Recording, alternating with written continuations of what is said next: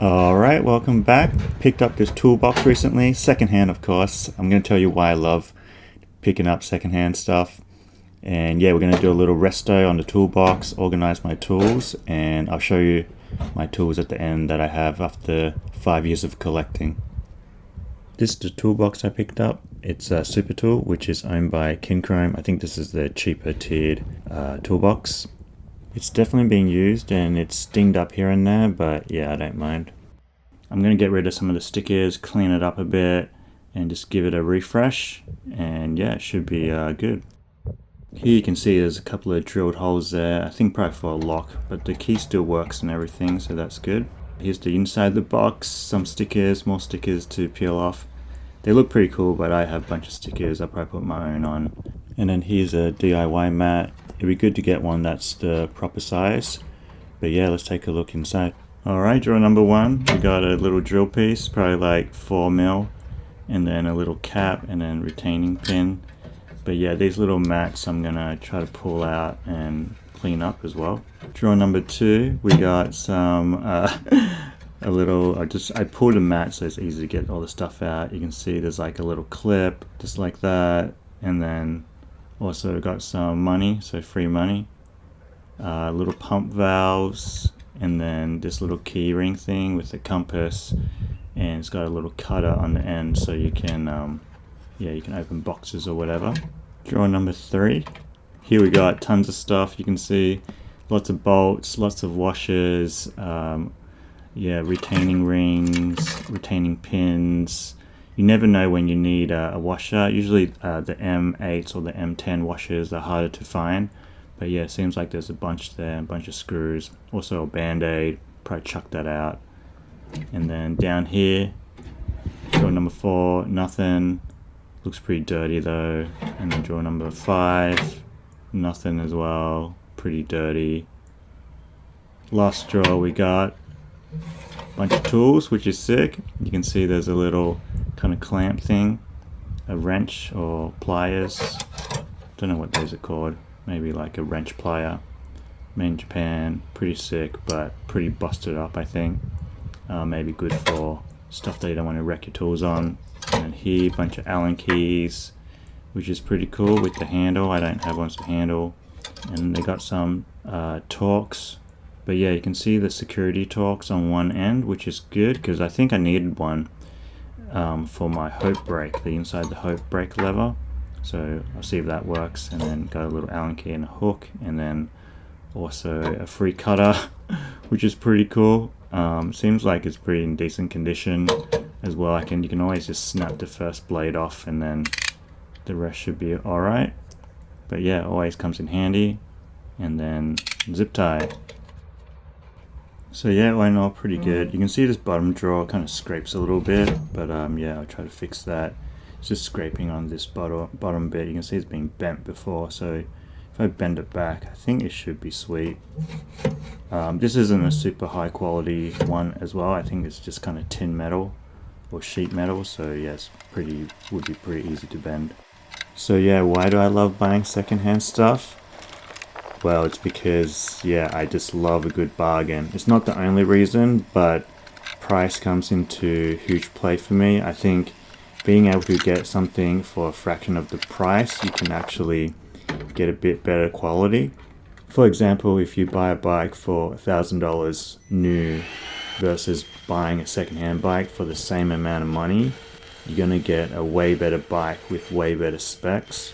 Granted, you need to know what you're looking for. But even if you reserve some of that money and just take the bike to a mechanic, you're going to end up with a better bike. People might say, yeah, it's cheap or whatever, but it's really about using the money you have and making it work as hard as it can for you. And I know some people will say, yeah, you got to spend time to do it, which is true, but at the same time, you're also spending time at work. So if you overspend, then you're just wasting your time at work anyway. For me, I also like the hunt. Since I've been doing it for so long, there's nothing better when you get a good deal. So part of it is the fun for me as well. You know, some people like to watch TV. I like to watch Facebook Marketplace. Another thing that I like is when you buy secondhand stuff, for me anyway, I tend to do a lot of research. So you end up learning a lot about different things and different materials and what makes something quality versus just buying for the brand. And I find that this knowledge helps in different areas of your life as well, especially if you're dealing with anything that's been made. Another thing that I like about buying secondhand is the thing that you get has a lot of character, and sometimes it even has a story behind it. And most of the time it's unique to itself. It's worn a certain way. The way it looks or the way it functions also is a little bit different. I'm pretty sure not everyone looks into objects as deeply, but for me, I feel like something that's worn, something that's being used feels a lot warmer than something straight off the shelf. The things straight off the shelf feel more cold to me. And usually when I get something, I usually clean it up or fix it up or add my own little touch to it. You end up making it your own, kind of customized to you. And it feels like it belongs in part of your life versus something that's just foreign. If you ever rode someone else's bike, or if you wore someone else's clothes or tried to drive someone else's car, it always feels that little bit different, feels a little bit foreign. But once you have it dialed in to what you like, it actually makes it super comfortable and familiar, kind of like an old friend.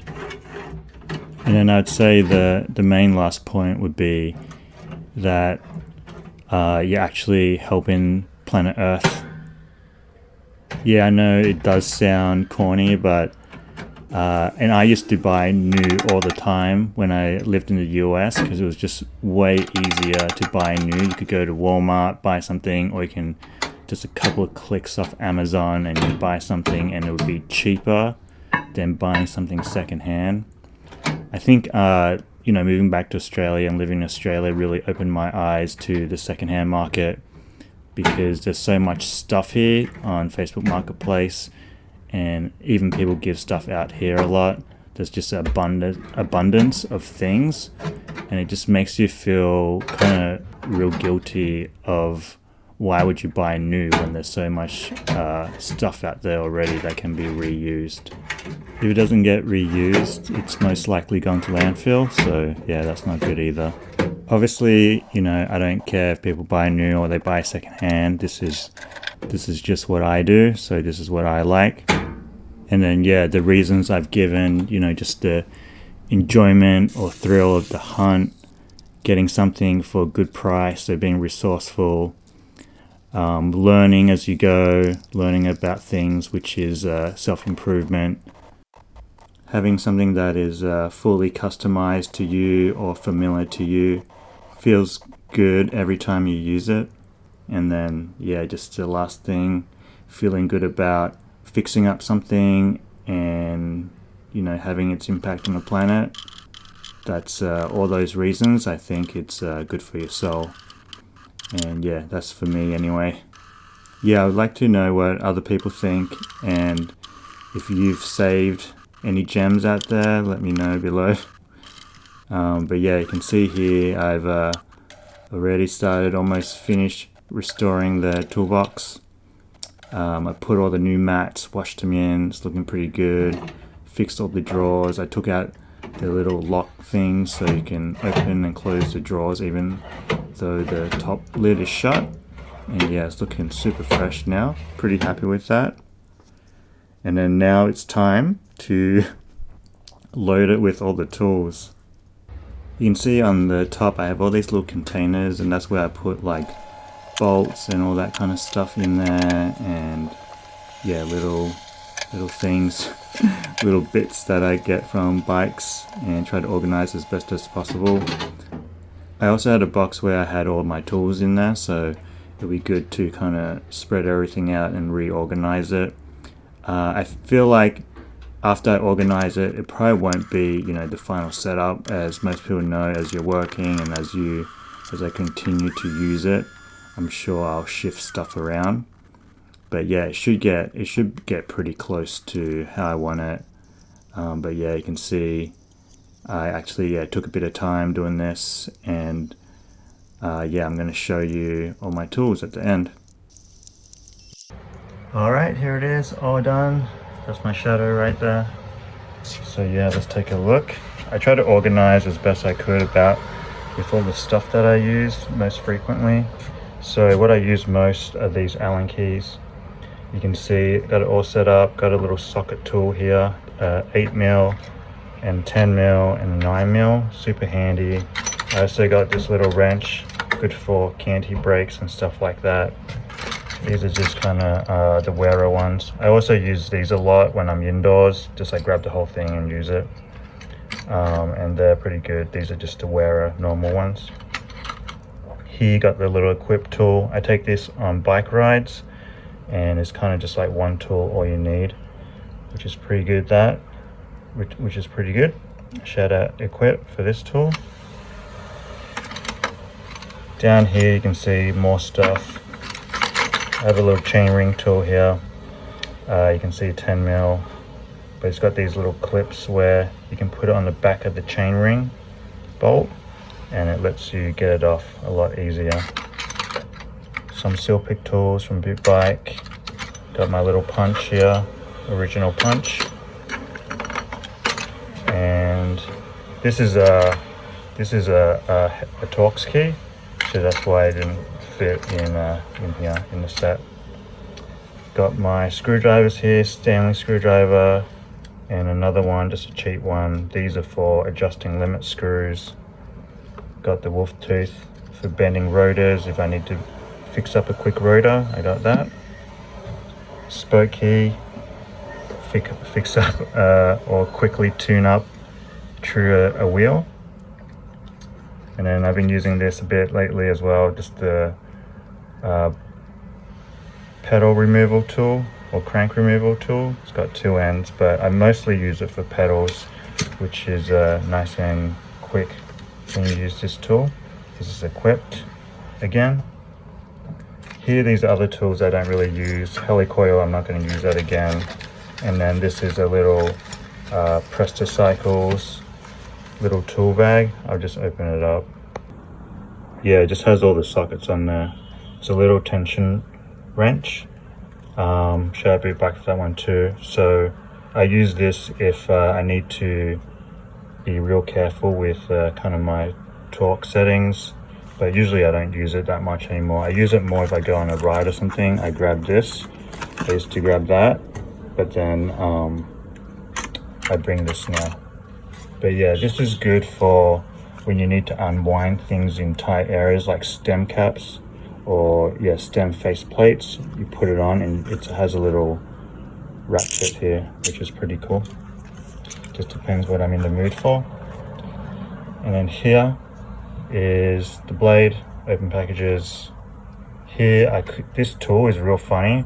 It's for bottom bracket tool for Shimano, but it has a little crank spindle here as well, so it makes the tool like bigger, so it didn't fit in any other drawers, so I decided to just keep it up here. This is Imperial Allen key set. I needed one for something, I forgot what it was, but I needed like a real small one, so I got that. I rarely use that at all. So that's the first one. Oh, I forgot this. This is my vernier caliper measuring tool. This is just off Amazon. Funny enough, I said I don't get stuff off Amazon anymore.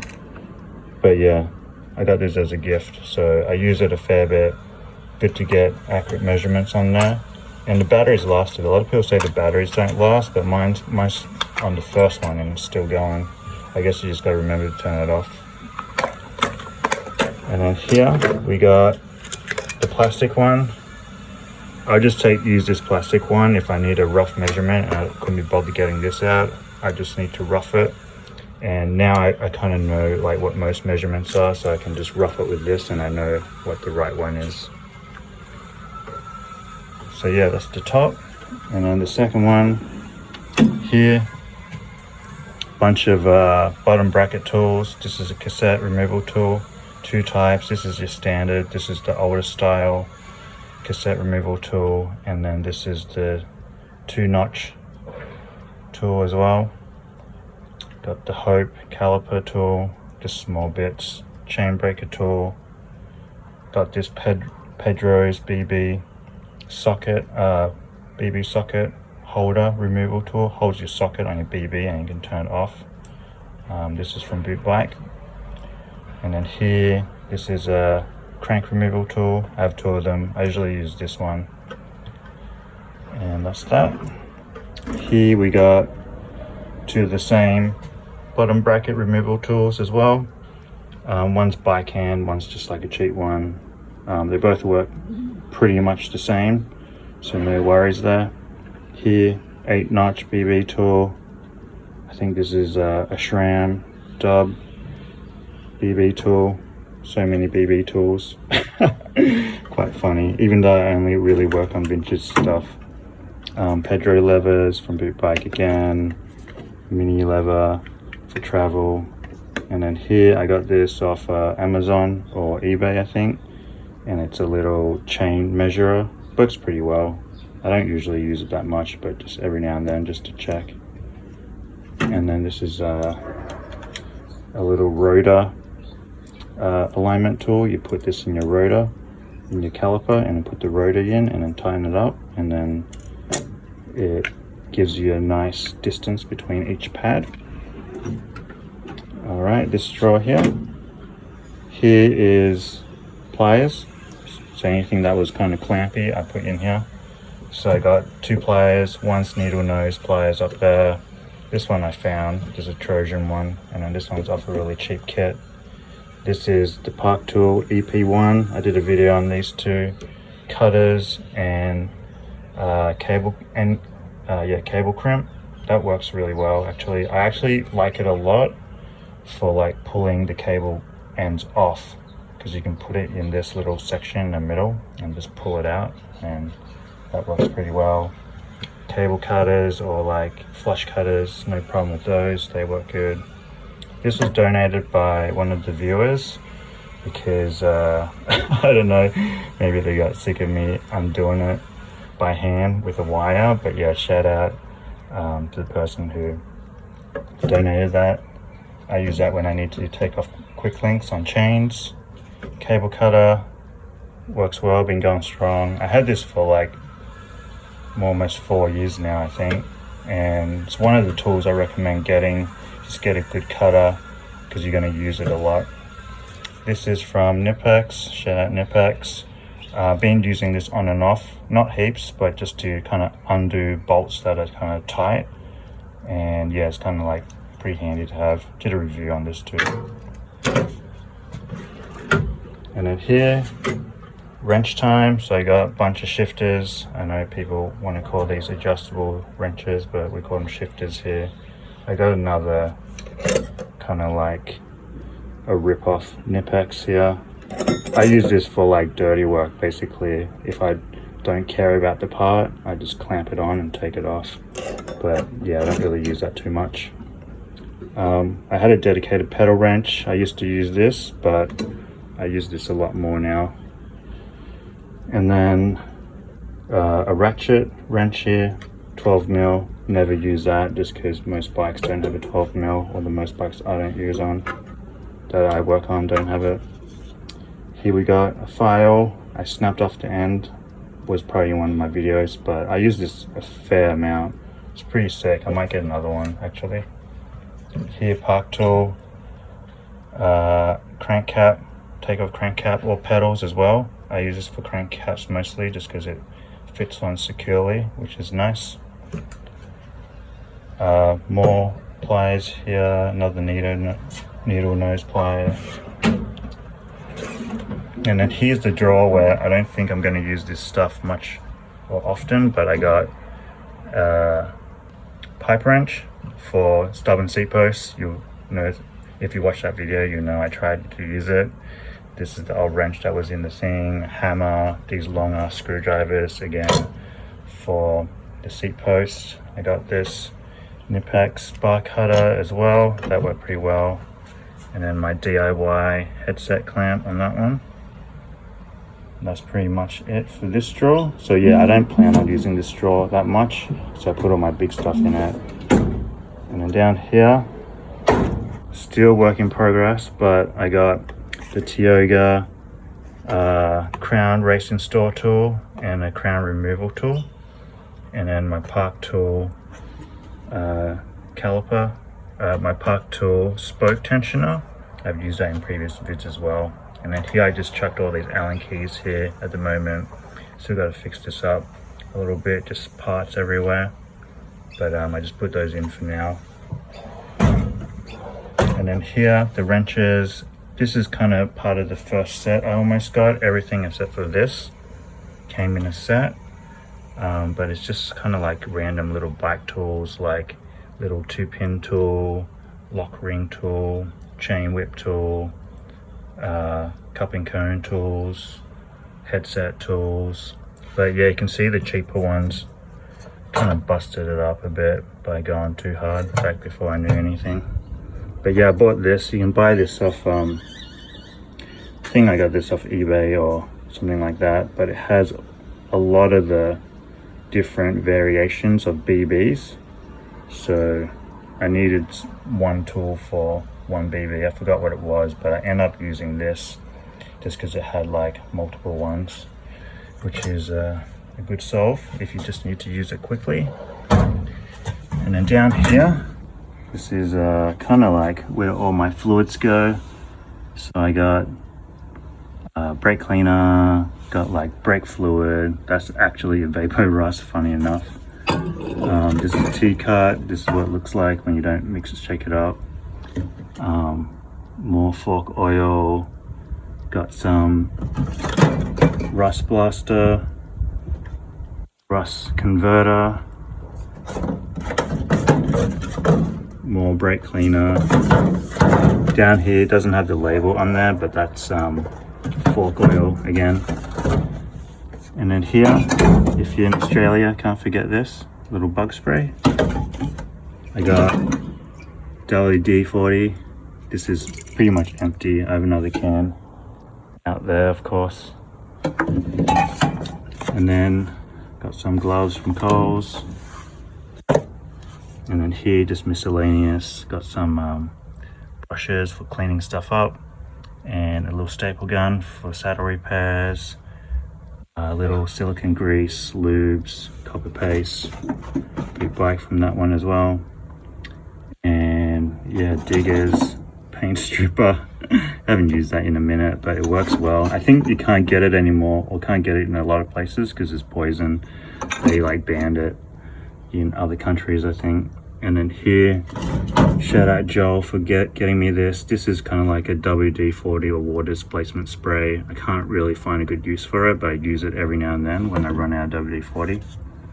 Smooth lube grease, Shimano fluid, nail polish remover for getting rid of logos. Skaters will know what this is. But yeah, that's basically it. But yeah, all in all, that's basically all I've collected over the years. You honestly don't need all this stuff, but yeah, pretty handy to have. Pretty happy with it. And yeah, hope you liked the little tool tour. And that's basically it. Hope you liked the video. Thanks for watching. Let me know what you think, and I'll catch you in the next one. Peace.